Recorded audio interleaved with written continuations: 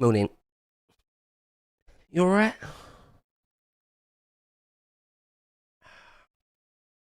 Me?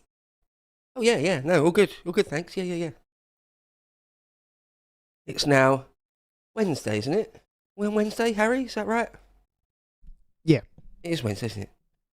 Days merge into one. When you work all day long and more or less all evening, day after day after day, week after week, sometimes days merge into one. But it is Wednesday. It's just tick past 8 in the AM, British summertime, on Wednesday, the 28th of May. In the year of our Lord 2026, you're the glorious band, the chosen few, my band of brothers and sisters. Without you, it isn't a thing. As always, I'm joined by, or nearly always, I'm joined by my producer, little Harry. How are you this morning, good sir? Morning. Yeah, I'm all good. There he is. The disembodied voice of the all-powerful producer at the helm. Why are we faffing about, though? Why is there all this fannying around? Let's just get on with it. What's that cabal of evil Fleet Street editors talking about this morning? Or not talking about? Lying to you by omission. We've got Labour risking lost generation. Harry, if you bring that up.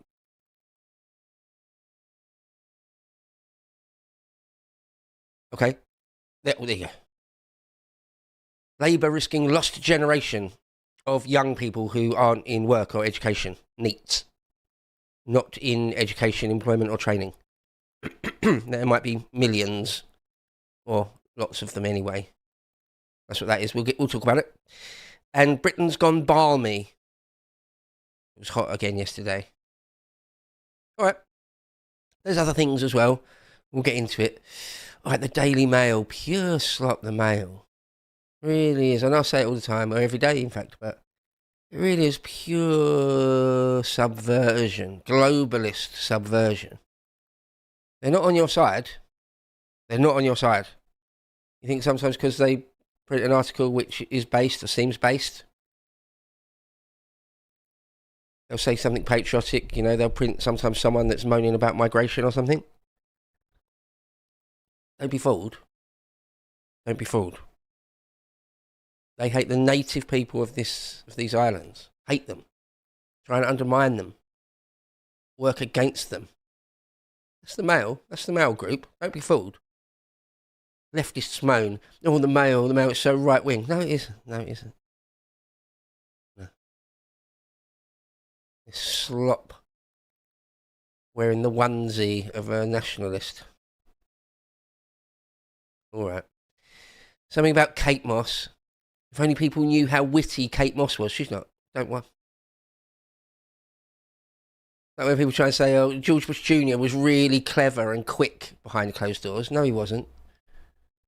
Gordon Brown was actually really personable and warm behind closed doors. No, he wasn't. Kate Moss is actually really witty. No. Please. Please. All right. Labour risking a lost generation of jobless youth. Landmark report by party grandee warns 1 in 6 young people will be on dole by 2030 without major welfare reform. Anyone who's foreign might not know that by dole, that just means sort of welfare. Just a British word for that. So, yeah, okay.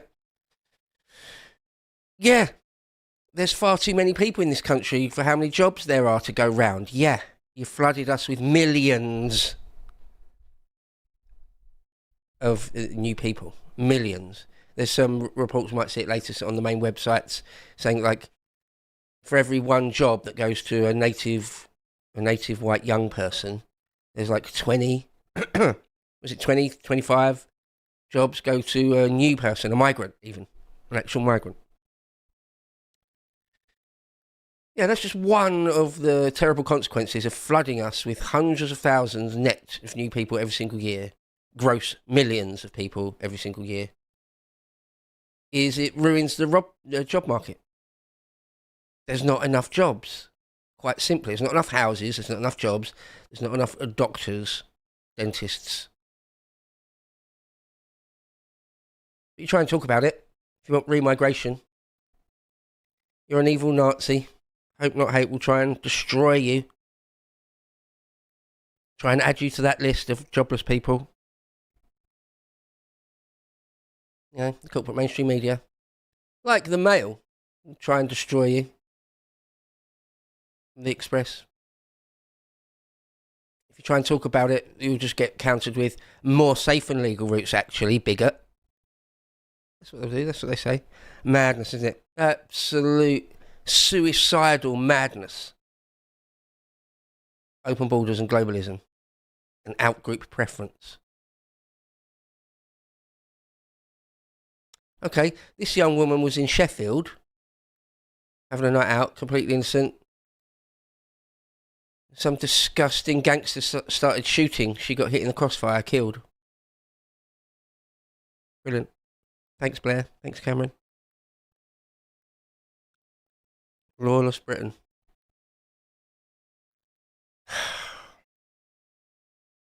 Okay. Labour must reform welfare or condemn a, quote, lost generation of younger people to a life on the dole. The party will be warned today.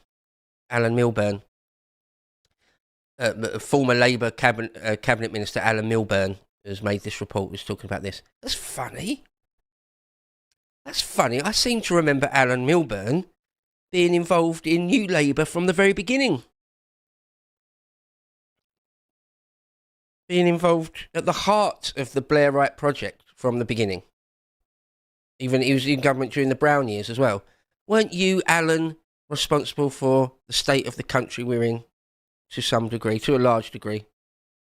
But now you're moaning about it. Now you're worried about a lost generation. Okay. Alan Milburn. I don't know where these politicians get the, you know, like in reform, you know, like Robert Jenrick or Nadine Dorries or Nadeem Swahari, whatever his name is. All these people. They're now trying to tell you what's wrong with the country and how they're going to fix it. Alan Milburn, Andy Burnham, going to tell us what needs to be done, how to fix it, how to fix their mistakes, their lack of judgment, their insane worldview. They'll fix it now. They know what to do now, do they? Shut up, Alan Milburn. Disgusting creature. What on earth? Alan Milburn.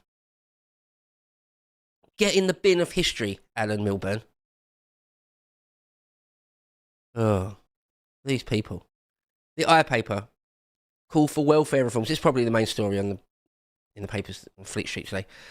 Call for welfare reforms to save young people from becoming lost generation. You know what might help? You know what might help a lost generation of young people that can't find work?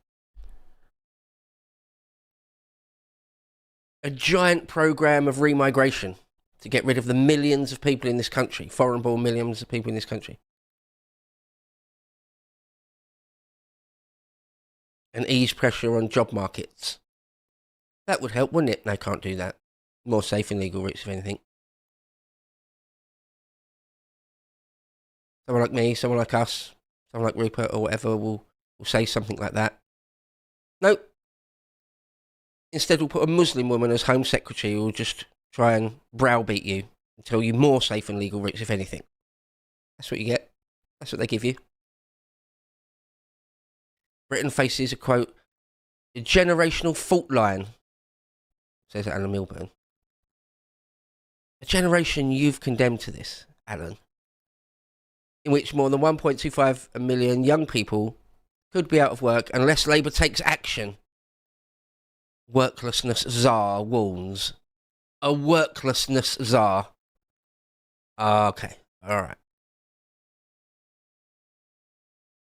Crazy, isn't it? Unless Labour takes action. They're not going to. They don't know what to do anyway, do they?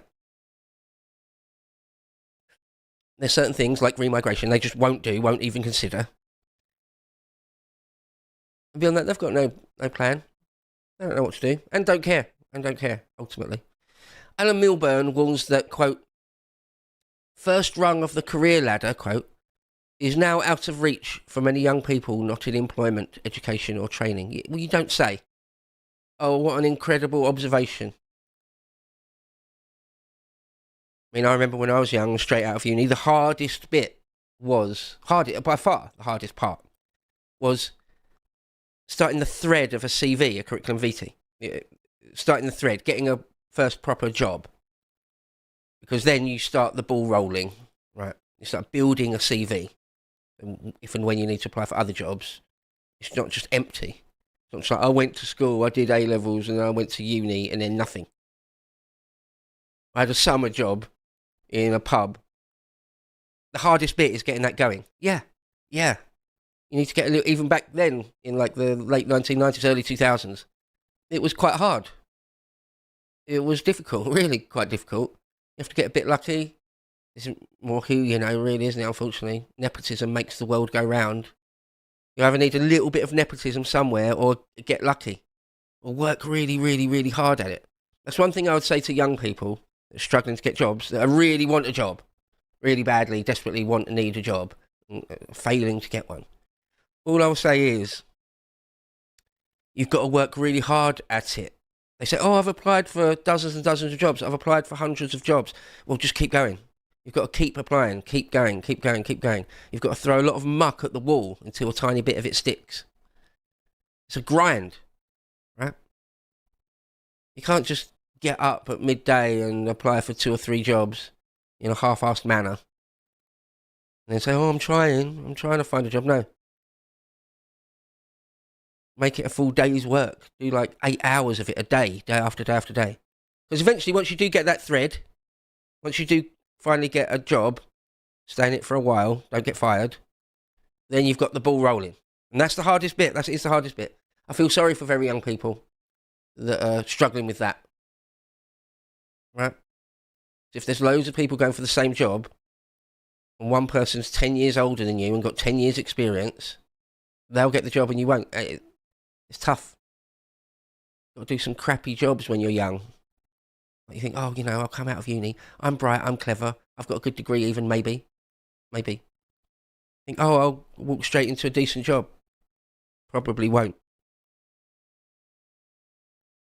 Probably have to do a bit of a crappy job for a few years. It's all about building that CV.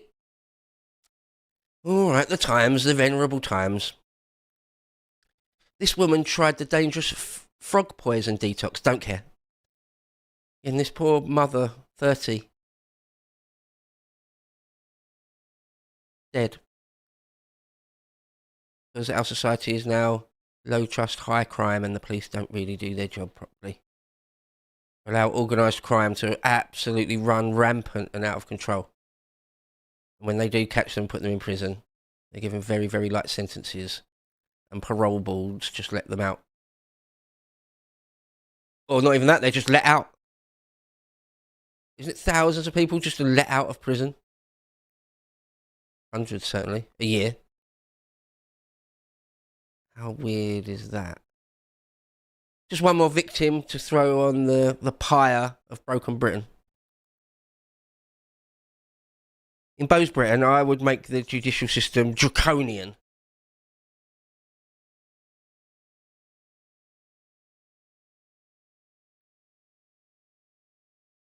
Draconian. Ministers raise heat on PM over North Sea. They dispute claim that drilling won't cut bills. Yeah. Ed Miliband's Red Ed's crazy net zero ideas, and that it's just simply wrong and evil and harmful to the planet if we drill in the North Sea. What nonsense. On every level, nonsense. They say, oh, even if we did drill, it wouldn't cut energy bills. Well, of course it would. Of course, not immediately, not on day one, but of course it would. But you don't want energy sufficiency, Ed Miliband, is that it? You want us to be reliant on other countries for our energy. Is that what you want? Seems to be what you want. That's the obvious direct consequence of not drilling in the North Sea. Ed Miliband is both an idiot and a scumbag, and a traitor, and a weirdo, a freak. Over half of NEETs, i.e. young people not in education, employment or training, have never held a job. Never. That's the other thing that's really bad for your CV, for your life. There's like a massive gap in your CV. You know, you go to an interview and they're looking at it. Oh, after school, or A-levels or uni. After that, there's nothing here for like 2 years, 3 years, 4 years. Like, what did you... They would just ask, well, what did you do in that time? If you go, oh, well, I was looking for jobs, but couldn't get one. They're like, oh, okay. I've got 24 other people here that isn't the case for. So, thank you. Next. It's harsh, isn't it? It's really harsh. Try and avoid big gaps on your CV. They look terrible. You know, employers that don't owe you anything, and they're just simply grading you against the other people they've got. That's harsh, isn't it? But there you go. That's life. That's reality. They're grading you. They're judging you on the strength of a one-page CV and what you look like and sound like in interview. Try not to have any big gaps on it at all, really, if you can. All right, but half of them have never held a job. Thanks, Blair. Thanks, Brown. Thanks, Cameron. Thanks, Boris. Thanks, May. Thanks, Rishi. Thanks, Sakir. The country and society you have fashioned is terrible.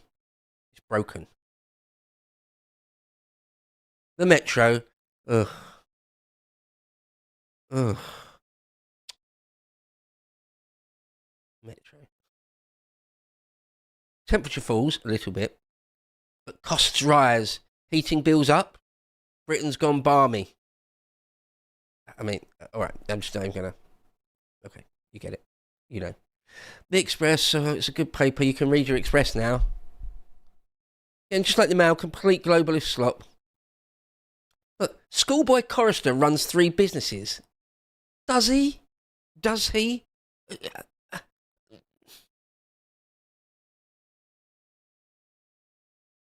First, he blasts Labour for lacking a coherent plan.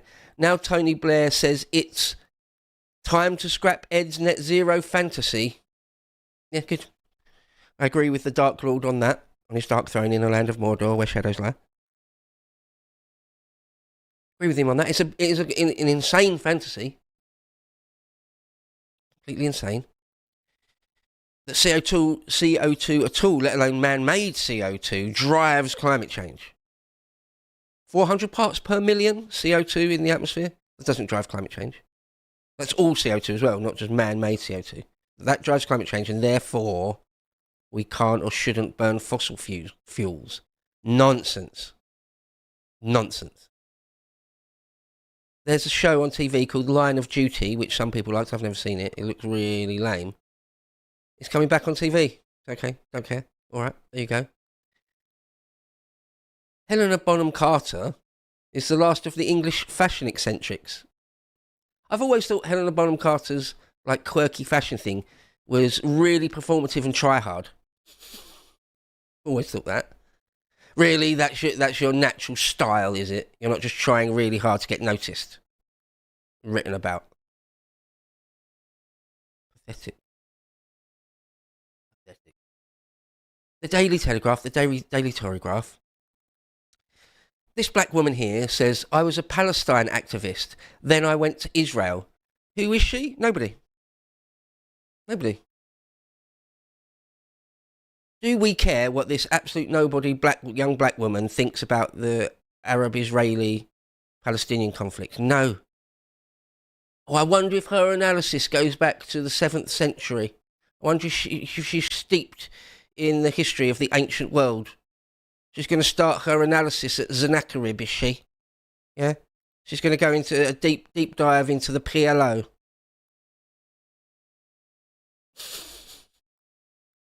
Mandelson told Cabinet how to do their jobs. So that's the thing. I think next week they're saying it's going to be the second tranche of documents all about Mandelson, how Mandelson was vetted, how Mandelson behaved during his time as ambassador to the US.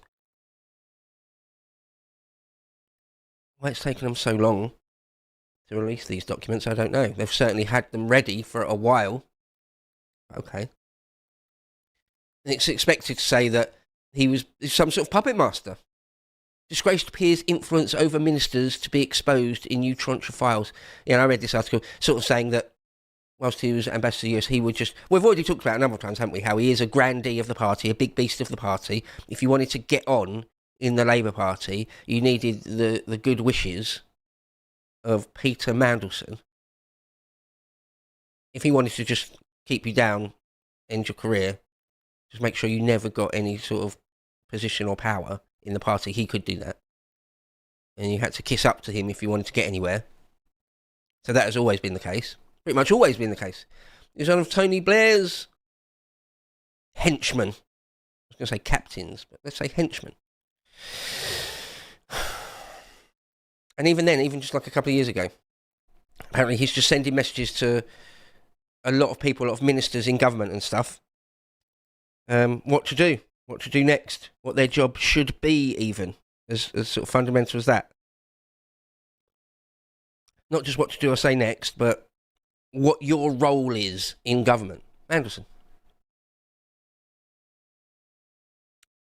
Right, we'll see what all those documents reveal. Next week will probably be, at least a few days next week will be Mandy days. Oh, Mandy, the pain is calling, oh, Mandy. He must be, if it was up to me, put in prison for treason. Apart from anything else, those data points where he's sending Epstein sensitive information, inside government information, some of which was market sensitive, highly sensitive market sensitive information, as well as politically sensitive stuff, inside things. Go, hey, Jeff, Gordon Brown's just about to resign. That's treasonous, isn't it?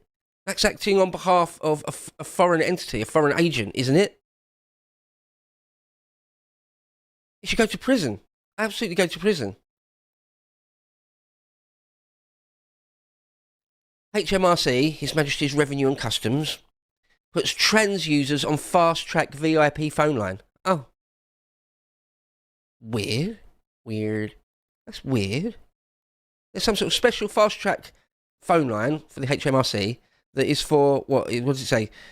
Civil servants and the royal family. Senior civil servants and the royal family. Now, if you're trans or just claim to be trans, you get access to that. How odd.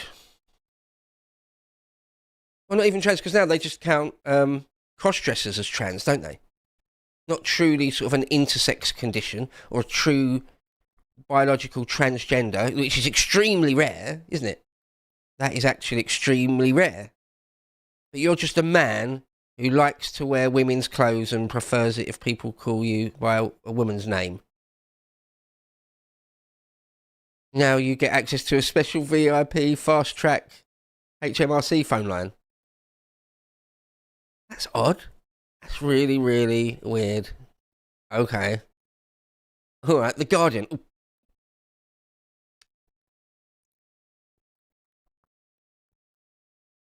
The Guardian. Absolutely revolting, isn't it?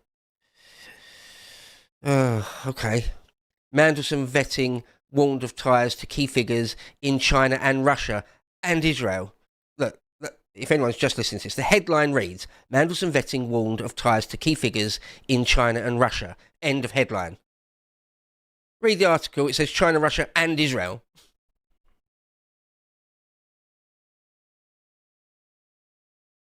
Yeah.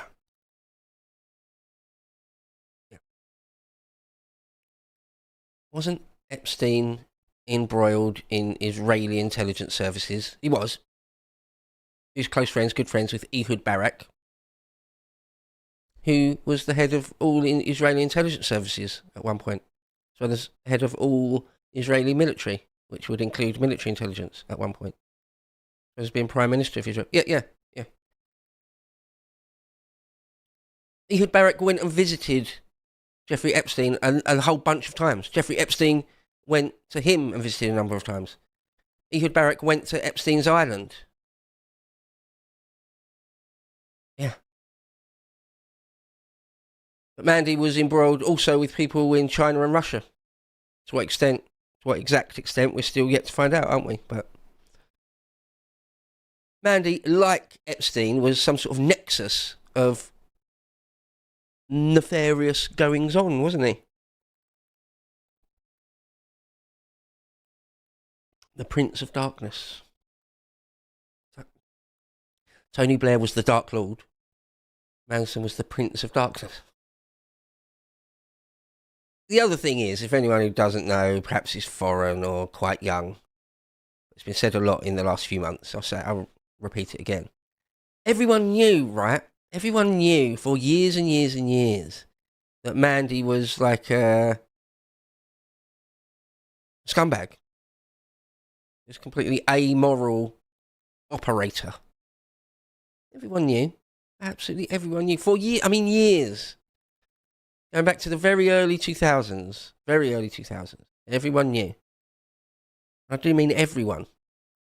Weird. When I first saw Mandy in the Oval Office, standing behind Trump, in Trump's most recent administration, that is, Trump's sitting there and he's flanked by all sorts of important people behind him, some of his own secretaries.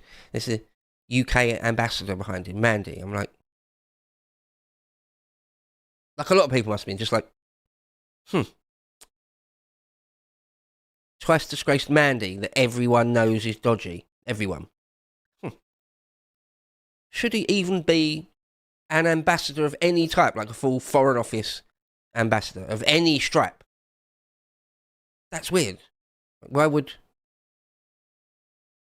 He's an ex-Labour minister dude. How is he an ambassador? That's not the right sort of... It doesn't make sense. The US ambassador should be a Foreign Office official who's been an ambassador to loads of other countries before. That's usually what an ambassador is. Mandelson. In the Oval Office. A lot of people say, that's why though, isn't it? That's why. Because he's so compromised. That's why.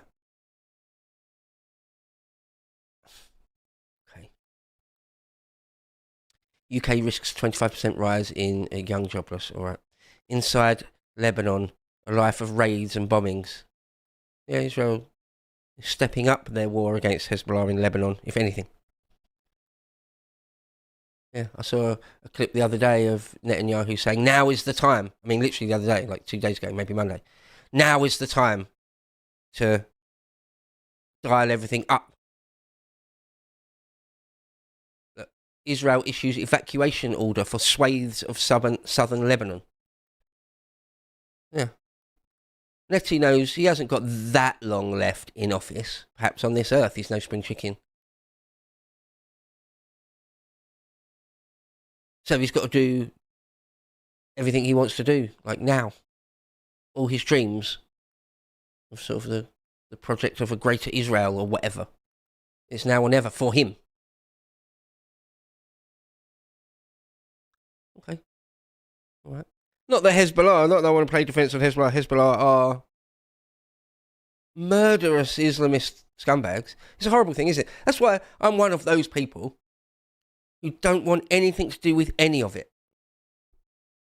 Quite often people will try and make you pick a side, right? The Douglas Murrays of this world. You must be on Israel's side. No. There's the other side, aren't there? Various other people. All sorts of other people. If you're not, at least de facto, by default, 100% against Israel, so effectively on the side of the Islamists, one way or another, even sort of in a de facto sense. No, I reject that as well, no. I reject both of those. No, I'll put my country and my people first in my own land. And their disgusting blood feud can be played out there. And when it spills over here, we'll get rid of them. We'll clear them out.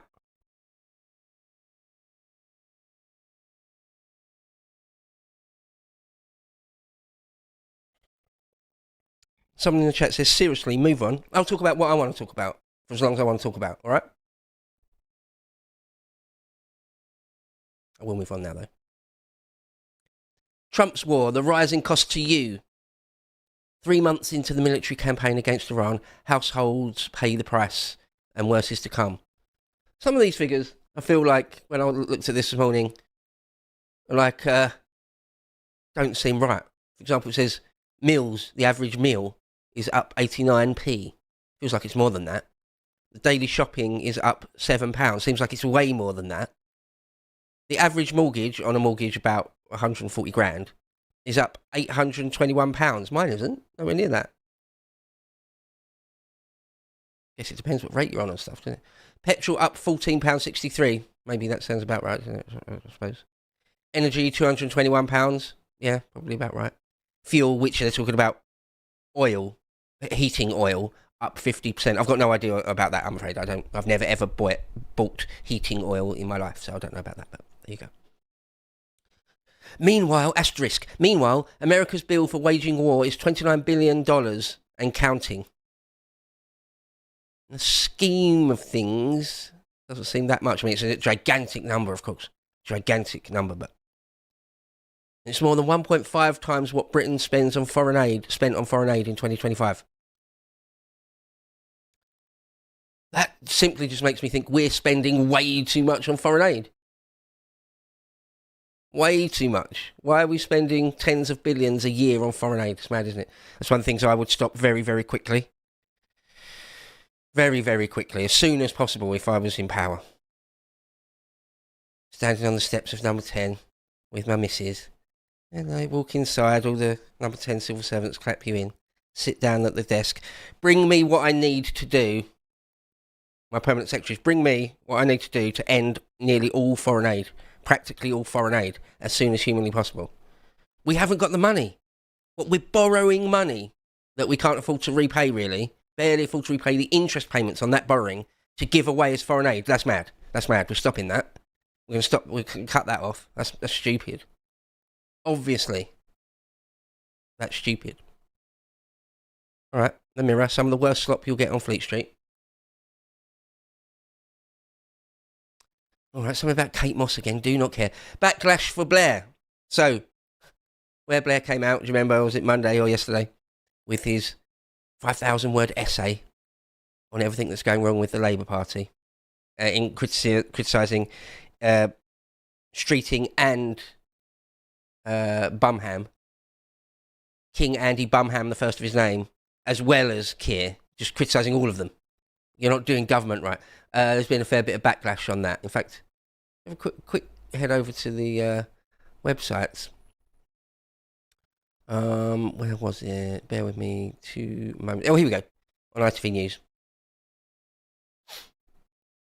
Andy Bumham and his eyeliner and Wedge Streeting hit back at Tony Blair's criticism of Labour. They basically both said, to paraphrase slightly, you're out of touch, old man. You aren't and never have been left-wing enough. That's your problem. You don't understand because you're not left-wing enough, basically. Burnham, who's currently campaigning ahead of the Makerfield by-election on June 19th, said Blair had misunderstood the economic causes of populism in his essay. I think Tony Blair has got a better grasp of economics than Andy Burnham. As poor as it is, it's better than his. Bumham said he, Tony Blair, doesn't mention inequality once. Oh, it's about inequality, is it? It's about inequality. If you don't get how that's driving politics now, if you're not rooting your analysis, Andy Burnham's going to tell us about economic analysis, you see? If you do not root your analysis in the fact that people are unable to live and that things that were taken for granted are no longer affordable, then you are not understanding what's going on. I think Tony Blair understands what's going on, as mad as it is, far better than Andy Burnham. I don't think Andy Burnham really understands anything. He's still living in that paradigm of where cross-dressing men should be allowed into women's changing rooms and toilets. Oh, but Andy Burnham understands perfectly everything that's going on, does he? Andy Burnham does, but Blair doesn't. You're right. You're right. Okay. He said, people don't think the centre has delivered for them in terms of their lives, therefore they've gone further to the extremes. Yeah, I mean, that's true. Streeting chimed in. What did Streeting say? Yeah, Streeting said the former PM that the answer to global disruption, quote, cannot be longing for the Britain of the 1970s, not even the Britain of the 1990s. Well, there's nothing wrong with the 1990s. It was a much better country. Much better.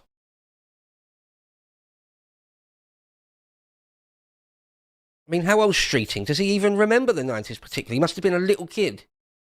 He must have been a small child in the 1990s. What does he know, really? Where's Streeting? This boy LARPing as a statesman. Don't buy it. Just don't buy it. When people believe the rules no longer reward effort fairly, resentment grows. Oh yeah, you fostered a whole bunch of resentment. The Labour Party from 1997 onwards, you fostered a lot of resentment, yeah. And resentment never remains politically homeless for long. Fair point, I suppose. You're going to fix it, are you? Wesley Streeting. And or Andy Burnham. Yeah, right. This is a story that's all over the news last few days. A fair few people, kids, have drowned. Look, heatwave horror. Be safe in water or more will die. Warnings as 7 children and 2 adults die swimming over 4 days. Grieving dad urges kids to be aware of dangers after losing son. So, yeah, a number of people, well, 9 people in total, 7 of which children, swimming in lakes, rivers and reservoirs have died. Now, I haven't done a deep dive into it, but I've been reading the headlines and reading articles. And it will always say they got into difficulties and drowned. It doesn't tell you exactly what happened, really. Now, a river is something different, right? The river, certain rivers, are like the sea in the sense that can be really dangerous. It doesn't look dangerous, but actually currents sweep you away, or there's an undertow in the sea. Or a number of things where, okay, even if you're a strong swimmer and your only error was to sort of not know that stretch of water or coastline well enough and you drown. Okay, fine. In a lake or a reservoir, if you don't, if it's so cold that you, get shocked and go into shock, you drown. Or you swim right out into the middle and then get cramp and drown. Because there's no, giant creatures that will take you down, no alligators or anything. So why would you drown in a reservoir or a lake, assuming you can swim? I don't get it. Why so many young people are getting into difficulties and drowning to death. We've had loads of hot days over all sorts of summers before, and something like this would be once in a blue moon. You get 1 or 2, not 9, including adults. Doesn't really tell you. Of course, it's terrible, isn't it? But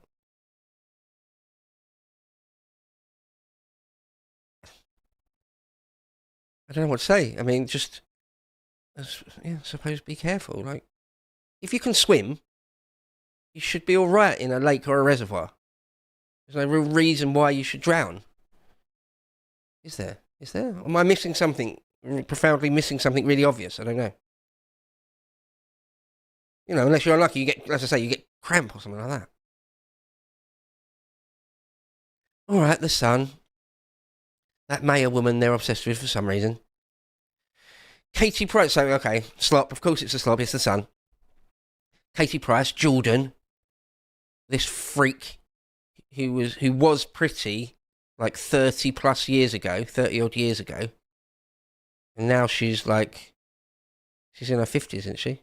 48. She had so much work done. A broken person. Katie Price exclusive who can't stop crashing her car. She's crashed her car loads of times. Katie Price exclusive. I found Lee. He's in jail for spying. Conman hubby's wild claim in Dubai.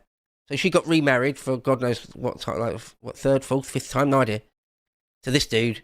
And I'll very quickly pass over this. People say he's a con man, or he does seem to be a con man. Get people to give him money one way or another and then just disappear with it. It's currently disappeared, and now apparently his father finally contacted Jordan, Katie Price, Jordan, and said he's in jail in Dubai.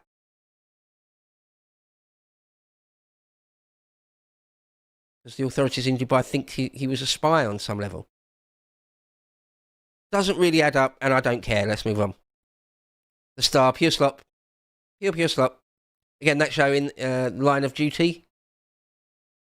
There's going to be another season of it. Don't care. Look at that. Look. Am I going to watch a show where it's this? No. No thanks. Pass. Okay, the complete insane slop on the Daily Star. 3 lions in Spygate shock. Game of drones. All it is where there's the World Cup this summer, isn't there? The Soccer World Cup. And the England team, they put them up in a hotel somewhere where they train for a few weeks before the tournament starts. And to stop other teams spying on them, they're going to put up like drones. That's it. All right, they're the front pages. There you go. We did a poll. This is the point in the show we often do look at our poll, don't we? Harry, if you bring that up for me, I don't know what we asked. I nearly always forget what we actually asked. Oh, okay. Because the World Cup's coming up, and it'll be on the front pages, particularly of the more sloppy tabloids, it'll be on the front pages all the time. And I know that I've asked in the poll before, do you care about football or sports ball, or even F1, and you always come back with a resounding no. I want to try and get out ahead of this, try and deal with it, because it's going to be in the news. Loads. Okay. In fact, someone on a tweet just yesterday or the day before just atted me on Twitter and said, like, they were kind, they were nice. They were just saying, that I know you sort of like football a bit and stuff, but I think they said something like, when the World Cup's on, I understand that you can mention it in passing, particularly like an England result. But beyond that, just keep it to a minimum, bro. And I was like, I read you loud and clear. Okay. But so this morning on the poll, I wanted to try and gauge that again to see whether you guys are like almost entirely unanimous, despise it, really hate it, or whether you're a bit indifferent, or if we've got any fans at all. Just trying to gauge it. So when the World Cup's on, get ready for it. All right. So in this poll, we said, do you care about the World Cup? And then gave you 4 different grades of how much you care about the World Cup or not, as the case may be. Let's have a look at the results. All right. Okay, so 48 winning it with 48% is the least favourable option. I'm not a fan of it. A cool 48% of you basically say you just could not care less. Okay. And then the next one up, it's all right. That's 34%. So that's nearly everyone, isn't it? And then 9% of you say, I like it, and 9% of you say, I love it. So less than 20% of you care about football, basically. Over 80% could not give a monkey's. Okay, all right. It's good to know, genuinely good for me to know that. So just to let you know, when the World Cup is on, and it's on the front pages and stuff, I will talk about it, but I'll keep it really minimal. For the 18% of you that said you like it and or love it, what can I do? I've got to appeal to the masses. I don't have to, do I? But if England do well, if they get to like the final or win it, they won't. Probably won't. Then I'll talk about that in some detail. That's almost certainly won't happen. All right, let's just move on from this. Even this, I imagine the people that the 80% of you are like, move on. All right, should we have a look at a bit of the... or should we have a look at the price of oil? We do that sometimes, maybe just after the poll, quite often do that. What's the price of oil today on the open market? West Texas, $91 a barrel. Brent crude, $97 a barrel. So far, this whole war, it's never gone sky high, has it? It's never rocketed to insane levels. Not that much higher than when the war started, is it? And if you remember, it was about $78 a barrel. There's no one price, is there? But it was about $78 a barrel. And now it's about some sort of mean average is what, I don't know, 95, 94, 95. Doesn't reflect how much you have to pay at the pump, does it? It's not fair, is it? All right. Let's have a look at the websites. Oh, it's already 1:45. There's one article I wanted to read here. Oh, a quick one, super quick one. I just saw this. There's not much detail to it. The whole article's only a few words. I just thought it was interesting. Sort of thing like piques my interest. It says from Sky News, ex-CIA officer accused of stealing 300 gold bars worth $40 million. How is that not at least mildly interesting? Officials also seized around $2 million in cash, as well as dozens of luxury watches earlier this month, according to the FBI. Yeah, and the story, there isn't that much to it. It's sort of a breaking story. Just this one guy, a guy called David Rush, who worked for the CIA, a senior CIA official, although it doesn't say exactly what his job was at the CIA. Yeah, there was just suspicions about him. The FBI raided a lockup he had and his home. Found $40 million worth of bullion. There you go. That's it. I just thought that was interesting. Who knows if we'll ever... Those sorts of stories, often, they get memory hold and you never hear anything about it again. So, it's that sort of story. I'd be surprised if that's the case. Oh, here we go. The Daily Mail. Old Christian Calgie at it again. He's got the memo, hasn't he? Christian's got the memo. Try and attack Restore from any possible angle. Use anti-Semitism, racism, Islamophobia, misogyny, anything you can. There's one person who's a member who did a Nazi salute 10 years ago. Anything you can get, Christian. Just do hit piece after hit piece, yeah?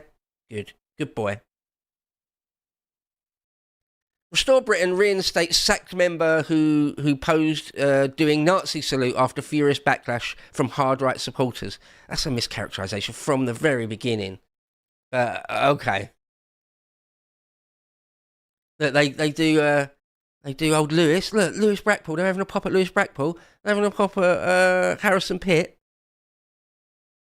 Anything. Look, Lewis Brackpool sat down and had a conversation, more than one conversation, with David Curtin. Oh. What are you talking about, Christian? So basically, in a nutshell, there's some guy I'd never heard of until the other day called James Monroe. I'd never heard of him. 10 years ago, he did that. Now he's a member, just a member of Restore. I want to try and smear the whole thing. Smear all of it and everyone connected to Restore because of that. I believe some of the details are... Apologies if I get any of the details slightly wrong. That this James Monroe chap wanted to be something a bit more in the party. The party said, no, you can't, sorry, you're not a right fit for us. We had a quick look at your social media and probably not. And then the party said, oh, actually, the person that said probably not hasn't got the power to do that. So you can still be a member. Like, we're not gonna police our membership. Like, what you did in your past is up to you.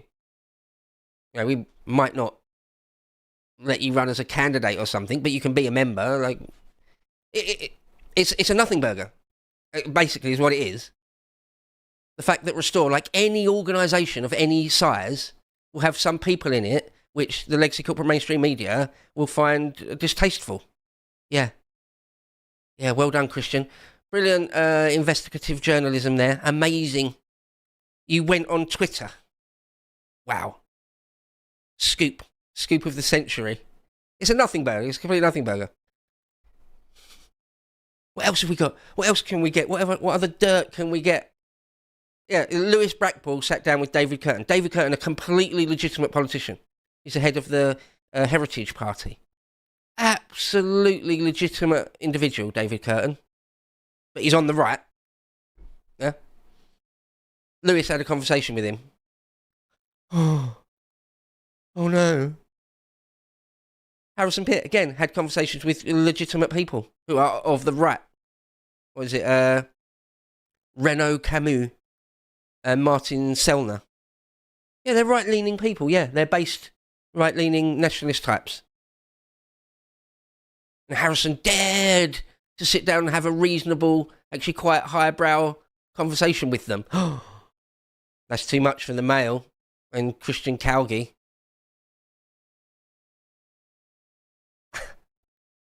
It's pathetic, isn't it?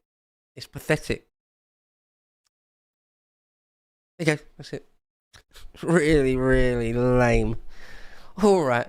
Shall we have a look at... Oh, one last thing in the Sun I thought was interesting. Trump's triumph. Inside Trump's war on illegal migration that has cut crossings on the southern Mexican border by 99%. So what can UK learn from tactics? Trump's triumph. Basically, in a nutshell, it's build a massive wall. The idea, walls don't work. Walls don't ever work. Walls really work. Walls nearly always work brilliantly. Look at the Theodosian walls at Constantinople. Look at the Berlin Wall. Look at all, for what it's job. Look at the wall, the various walls built in Northern Ireland to keep Protestant and Catholic communities apart. Look at this wall. Walls work. So it's a combination of a wall and the fact that Trump has made sure that the US authorities properly punish people that get caught illegally crossing the border. Properly punish them. Like nearly 100% conviction rate and stuff. Yeah. An actual deterrent. That's what we could learn, isn't it? But instead of giving these people free stuff and ultimately get to stay here forever, and then if not, bring their families over in chain migration, instead of giving them free accommodation and mobile phones and on and on and on, no, you just criminalise them and deport them. Yeah. Crazy, right? Who would have thunk it? All right. Should we have a look at on this day in history? I like doing that bit. You like doing that bit. On this day, down through the centuries, what happened of note? May the 28th, on this day, in the year 585 BC, there was a solar eclipse, as predicted by Greek philosopher Thales. Me and Stelios did some various bits of long-form content about the pre-Socratic ancient Greek philosophers. It's really good content if you're interested in that sort of thing, if that's your bag. Very, very good bit of content, because of course Stelios is a PhD in philosophy and an Athenian himself.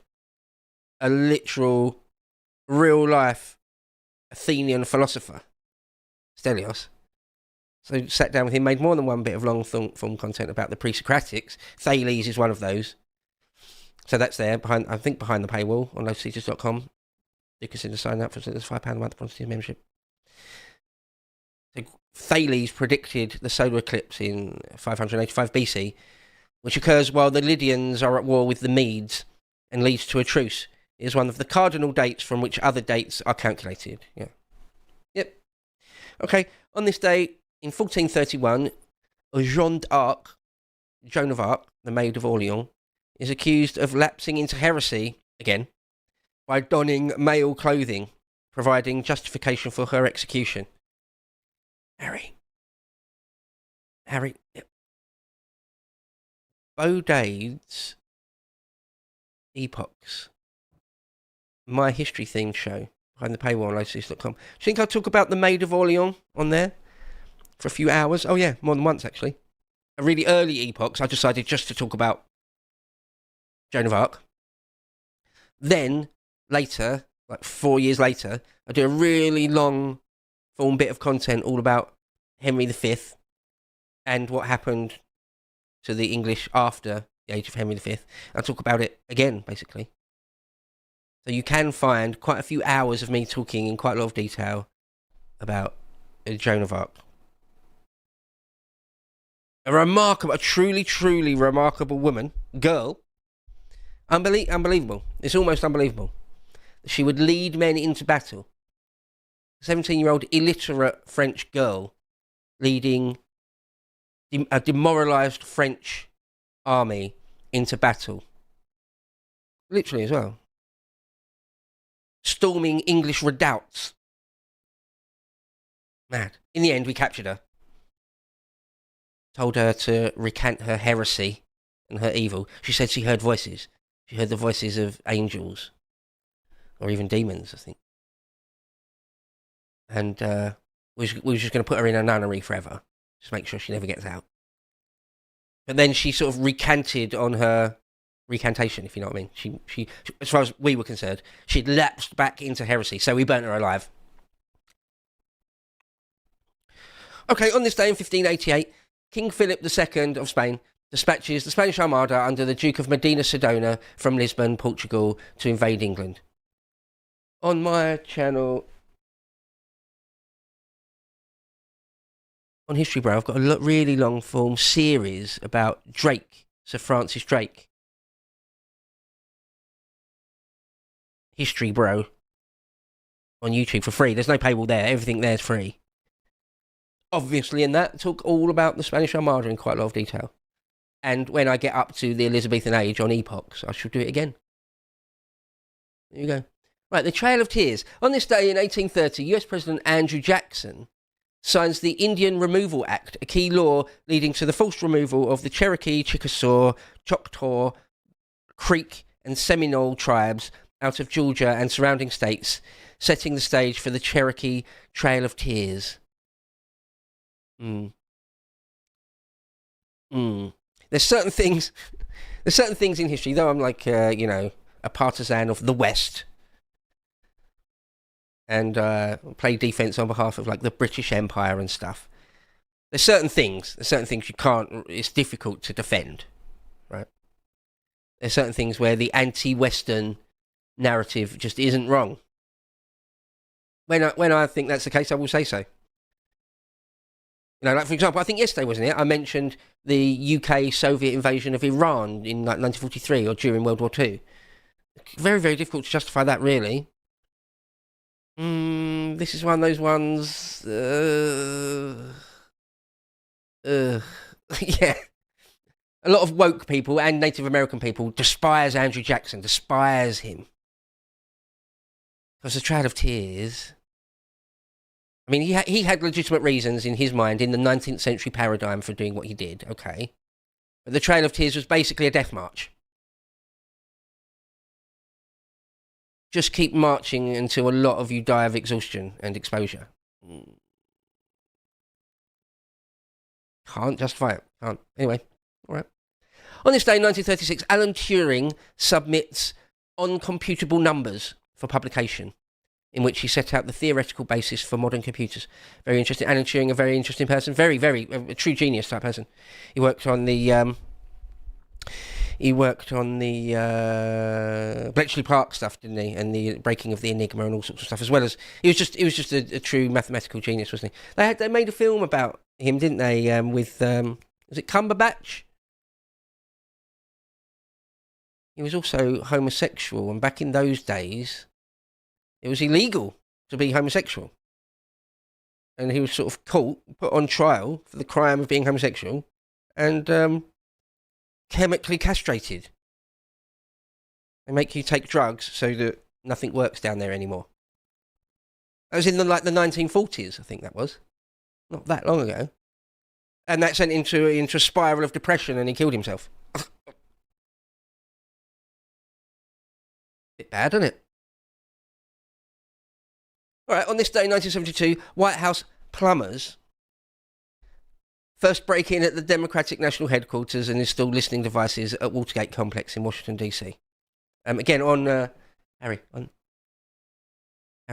Yeah, again. On History Bro, I've got quite an early, again, long series all about Watergate. It's really all about Nixon in general, really, but nominally focusing on all the details of the Watergate, like the original break-in and all the cover-up and the downfall of Richard Nixon in loads of detail, hours worth of detail. So I won't go into it here, but I'm fascinated by that. Read a number of books about it. John Dean's What the President Knew and When was very, very, very good. Very, very good. Got loads of transcripts of the Nixon tapes in there. And for some reason, it's just one of those things, Nixon, the career of life and career of Richard Nixon, that I've been fascinated with for years and years. Okay, today is the anniversary of the original break-in. It was actually the second break-in.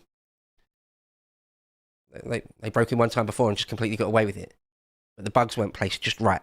So they broke in again to sort of fix them and take pictures of more documents and stuff. All right, I could keep going on about it, but I won't. It's not a history show. Let's have a look at our Rumble Rants and Super Chat, shall we? Okay. Let me do this with the boom so I can see. The left-hand side of my screen, Rumble Rants first. We always do Rumble Rants first. What have we got here? Ooh, global church history has been pipped. Been pipped to the post. Can't win them all, bro. Okay, first in this morning was TF2 is better. And they've said, if the Lotus Eaters did a Royal Rumble, who would win? People have asked that before. If everyone had a fight, who's the hardest person in Lotus Eaters? People have said this before. I thought we've talked about it before. I think on a Lads Hour. It's either going to be Big Harry or Rory, I would say. I mean, me, Carl and Dan, we're a bit old. Luca, love the dude. In the most platonic way possible, love him. He's not a brawler. He's not a brawler, is he? It's got to be Stelios either, really, is he? Although Stelios was in the army. Do you know that? Stelios was in the Greek army. I think he's got a black belt as well, Stelios, but he's not big. Harry is big. And he's a gym bro as well, Big Harry. He's a gym bro now. Oh yeah, yeah. He's big and tall and heavy and hench. So probably him. But, and I mean this in the nicest possible way, I don't think he's particularly got a killer instinct. He's like actually a nice guy.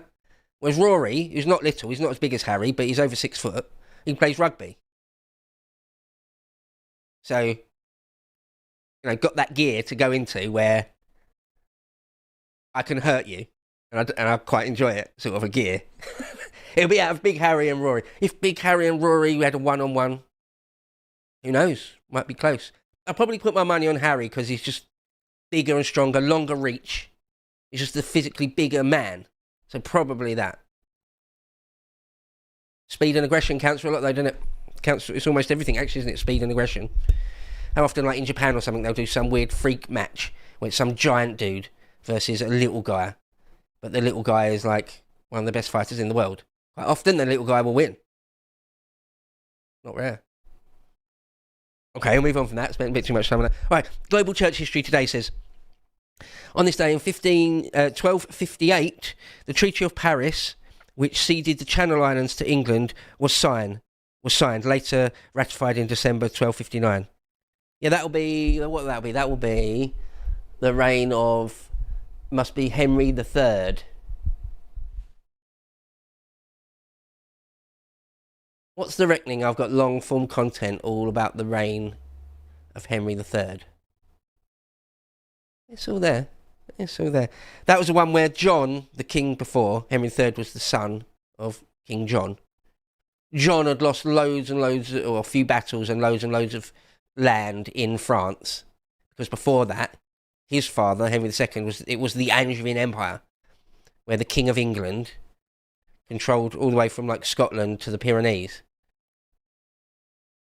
But by the age of Henry III, it was forced to sign a treaty where the English gave up, we had to give up Normandy, Poitou, Anjou, Maine, loads of things.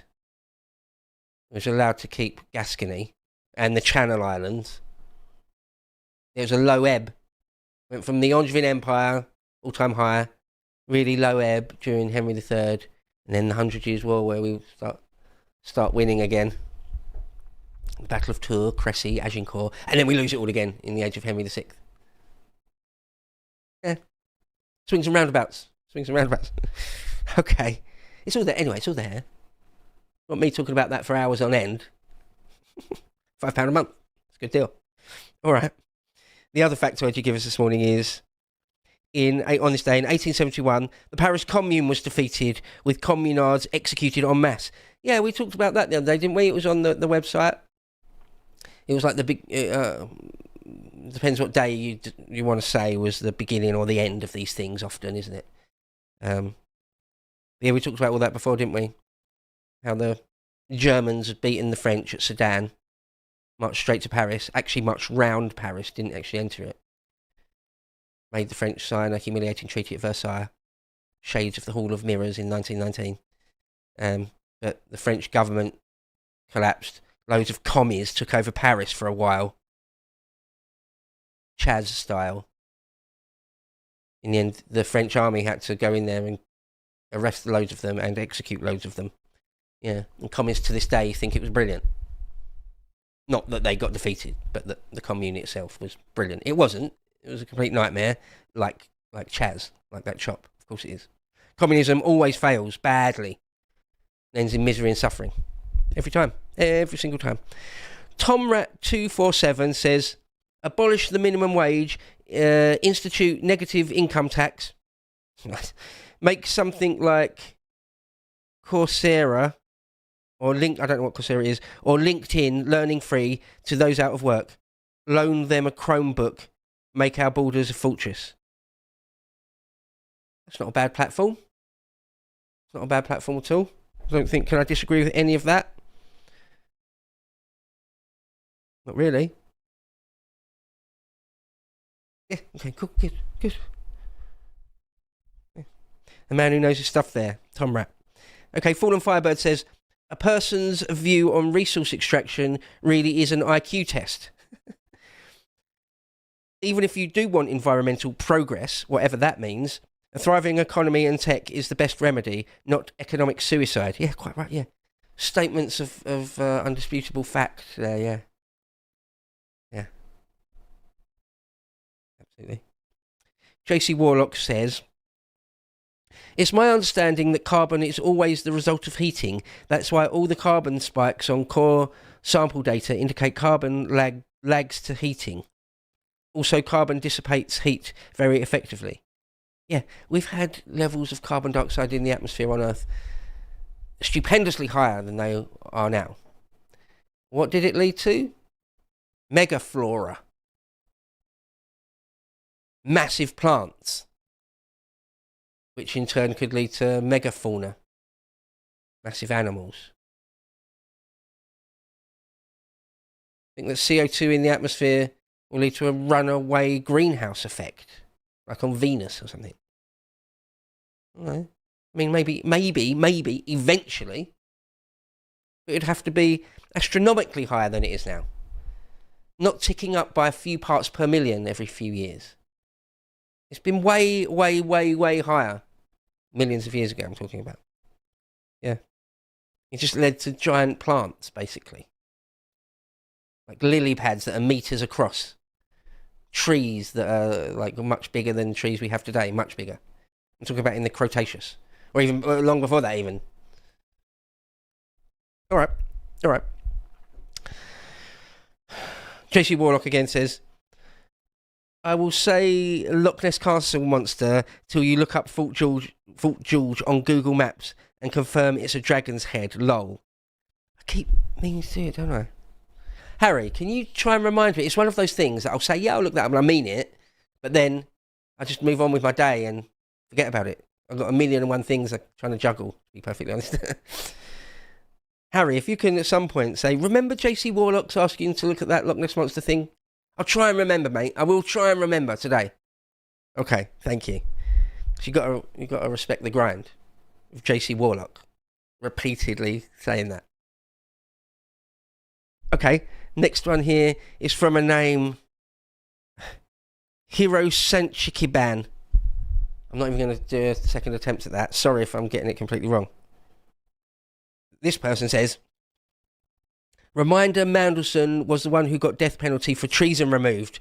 Not self-interest there, I'm sure, yeah. Yeah, Blair, I think during, like the Mandelson years of Blair. We already abolished the death penalty for nearly everything back in like the 50s or 60s, I think the 60s. But it was technically still on the books for treason. Like left over from the medieval period. And they got rid of that.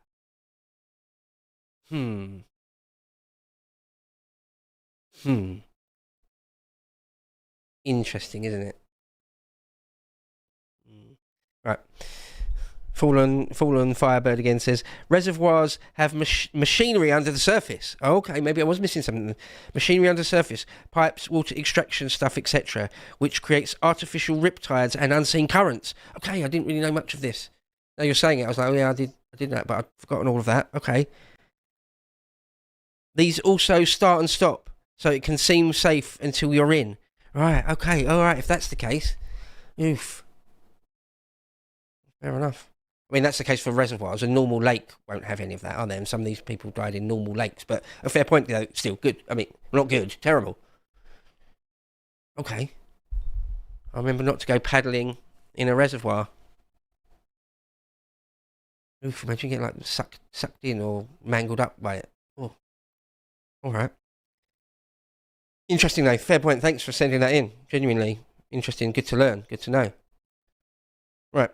Rick WGP says, don't do it, Beau. I won't be watching if you do sports ball bollocks every day. I'll keep it to a minimum. When the World Cup's on and it's on the front pages, I've got to at least recognise that it's a thing. But I'll keep it to a minimum. I get it. I'll keep it to an absolute minimum. Unless England win the World Cup, I warn you now, the day after, or if it's a Monday morning, because aren't finals usually on Saturday or Sunday, if England win the World Cup, I shall spend at least 5 or 10 minutes talking about it. Other than that, I promise you I'll keep it to an absolute minimum. The poll today was pretty decisive. And the last Rumble Rant today, again from Rick WGP, says, 31st of May is 110 years since the Battle of Jutland. Just saying because it falls on Sunday. We talked about the Battle of Jutland just yesterday, didn't we? At least in passing. Wasn't there a thing on the website, on this Day in History website, that mentioned the Battle of Tsushima, where Japanese and Russian battleships fought each other? And it said it was the only time that ever happened. I was like, well, what about the Battle of Jutland? It's another thing I've been threatening to do a long-form bit of content about. I've mentioned it before on Epochs, the Battle of Jutland, but should do a whole thing on it. I want to speak to that Draconel. I nearly got an interview with him ages ago. He's a YouTuber, history YouTube content creator who does naval history. I'd love to chat to. I'd love to be in conversation with someone that knows the Battle of Jutland absolutely inside out and everything around it far more than I do. That would be cool. I'd like to do that. All right, that's the last Rumble Rant. Let's have a look at the YouTube Super Chats, if you can bring those up for me, Harry. Oh, you already have. Okay, great. There's a dozen or so, maybe a few more. Let's whip through these. Let's have a look. Evan Hughes 9899 says, on this day in history, my mother passed away. Man, I'm sorry to hear that. She has fought fiercely for 5 years with M&D. Is that... what is that, M&D? Motor neurons disease? Oh, terrifying disease. But decided to withdraw treatment today. R.I.P. Francis Ann Perkins Hughes O'Brien. In the heavens with our fathers. I'm really genuinely sorry to hear that, Evan. I too have lost my mother. And she just had cancer. But what can I say? The only thing I can say, because it was a while ago for me, it was like 10 years ago or so. Time does heal. It's one of those things you don't think you'll ever get over it. And it's a scar that will never go away. It's not something you get over, you just learn to live with it. But time does heal. I know it's a cliche. And when people tell you that at the time, when you're in the depths of mourning, it doesn't mean anything to you at that point. But it's true. It is true. Enough years go by, and that open wound turns into scar tissue. I'm sorry to hear that, Evan. I miss my mum every day.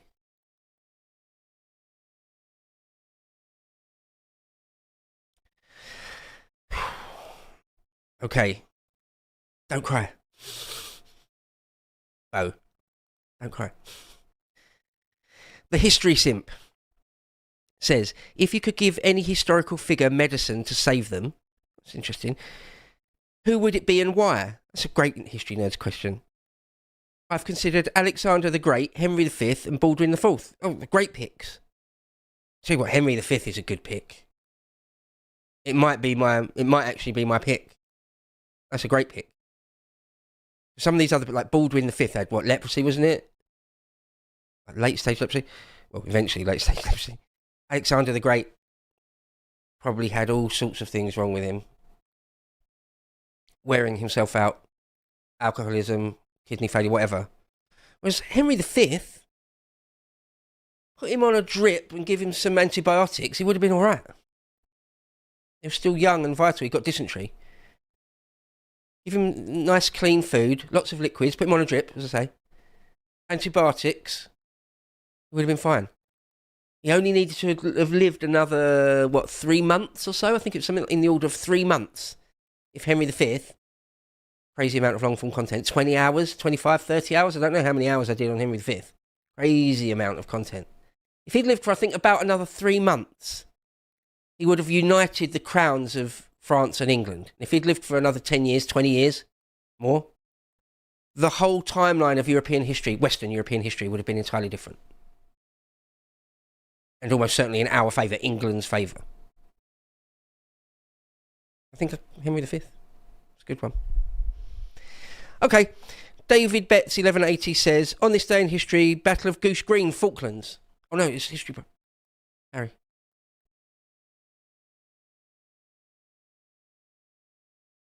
On history, bro. I've got a long form bit of content all about the Falklands War, in conversation with ex-Royal Marine Chris Thrall, all about the Falklands. So yeah, today's the anniversary of Goose Green, is it? Okay, interesting. All right. Where the Brits served the Argies up a smashing defeat. Be clear, we won. That wasn't clear. All right. Oh, another for a fair decent amount of money just popped in off of the Rumble Rant, so I'll read that right now. JC Warlock, thank you for that. You said, you're a good guy, bro. Thanks for replacing the big breakfast. Just need some vital statistics to tie it all together. Cheers, buddy. Appreciate that. It's a generous amount of money you sent that time as well. Really appreciate it. Cheers. I'll have to remember to look up the Loch Ness Monster Castles, Fort St George. Okay. What else have we got here? Oh, there's still a few more. Quite a few more. We've got Alex McCormick says, Thank you, sir, for your morning show. No, thank you for tuning in. Lotus Eaters got me into politics a year or so ago. Now I'm a councillor and 1,000% for Restore Britain. Winning. Alex McCormick for the win. Love it. Brilliant. What are you? I can't remember the names of the 9 that won in Great Yarmouth. Are you one of those, Alex? You're a councillor. You're for Restore. Or are you a Restore councillor? I can't remember the names of those 9. The Gang of 9. Rupert's Rough Riders. Rupert's Roughnecks. Anyway, either way, brilliant. Well done you. Yes, Restore can win it. Aim high, vote low. Okay. Calms65 says, corrupt FIFA have destroyed the World Cup. Well, FIFA is definitely corrupt. I mean, it's a matter of record, isn't it? They are corrupt. But football itself is still the same, isn't it? They never change the rules so drastically that it's like the game itself is ruined. But I know what you mean. I know what you're saying. Okay.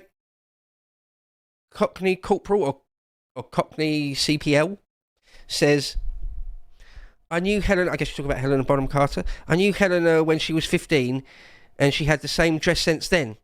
It is genuinely how she does dress. Oh, well, all right, fair enough. It was only if I think I did say that's always just what I felt.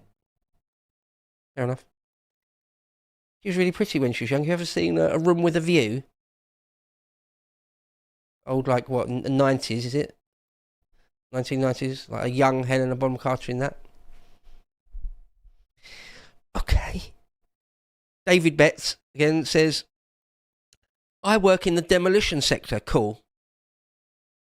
That's a Chad job, isn't it? I blow stuff up for a living. Say, I work in the demolition sector. We have a massive labour shortage. No excuse for these unemployed layabouts. They think they are too good for us. And then angry face. Like that. That's my Ming the Merciless. Okay. If some sectors are understaffed. Yeah. Fair enough. Okay. Calm65 again just says, Restore Britain Union flag. Millions must go. Yeah. Going to take our country back. I feel like there's real momentum. Optimism. That's rare. That's gold dust in politics. That's rare. People believe in Rupert. I do. That's rare. Millions must go. Right. Brendan Lucas said, the inequality answer from the front bench is not a good omen. Yeah, it's commie. It's commie pinko stuff, isn't it? Means they are planning to raise taxes past the Laffer curve on the wealthy. Yeah. You get socialists, want to be commies. talk about inequality, it means they're going to try and destroy rich people. Or people that aren't even rich, middle class people. And once that's achieved, working class people that have got anything at all. That's how that goes. That's what socialism is. That's what communism is. Quite right, Brendan. Okay, Marcos588 says, Narbo, without doubt, Nate Furious and even Jay Burden need to get your heads together for some car racing stuff together. Yeah, Furious Pertinax, yeah. Marcus, Nate, my mate, Mr. H Reviews, and Jay Burden. Do I know Jay Burden? I feel like I should apologise to Jay Burden. But yeah, I should make more specifically racing content. I did one video on Epochs with Thomas Dowling about the history of F1, the whole history of F1. It's quite long, it's well over 2 hours, I believe, if I recall. Really good. I thought, if you like it, if you're interested in that, brilliant bit of content, I'd say.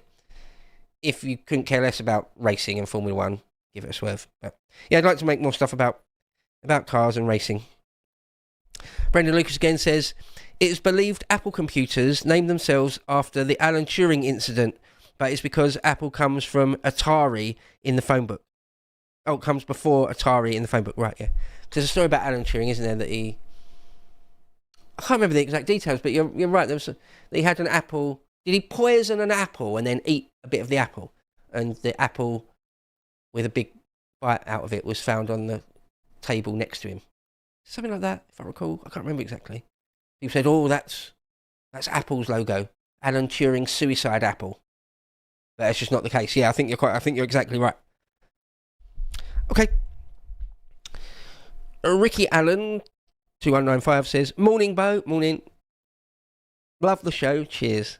I watch every morning. Brilliant. Just to let you know, it's Thursday, not Wednesday. Keep up the good work.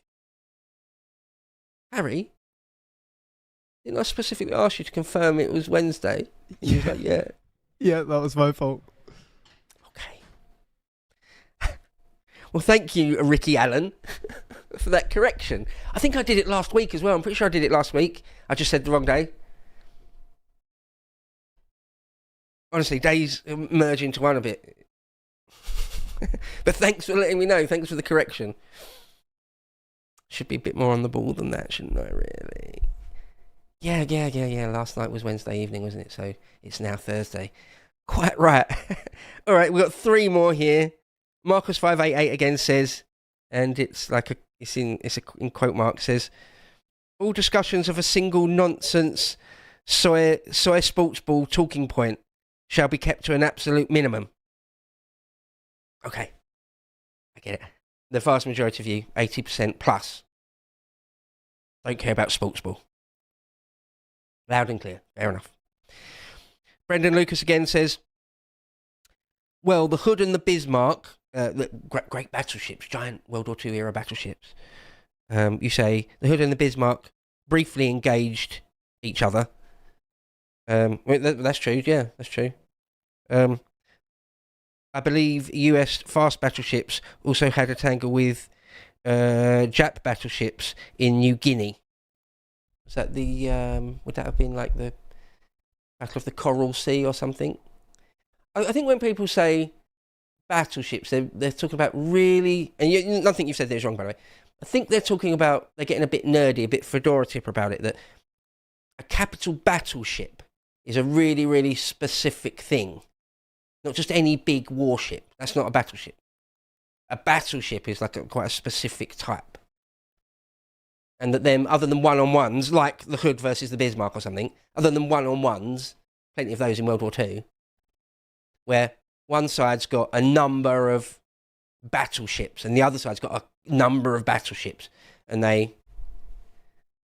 yeah. Anyway, yeah, what you said there is all true. All right. And now Crawley, with a load of zeros in it, 2 zeros. Crawley just says, we all believe in Rupert Beau. Yes. He feels authentic, doesn't he? Right. He's already rich. He's not doing it for money, like Nigel seems to be. It's not about money, is it? It's about doing the right thing. It's about trying to restore Britain, to restore it, not reform it, not move the deck chairs around, not just dial up the manager. No, restore it. Yeah, take it back to what it was when it was better. Yeah. Love it. Oh, Brendan Lucas just ticked in with one final one. Dreadnought and Super Dreadnought class ships. Right, so again, we're talking about the very specific class of warships. Right.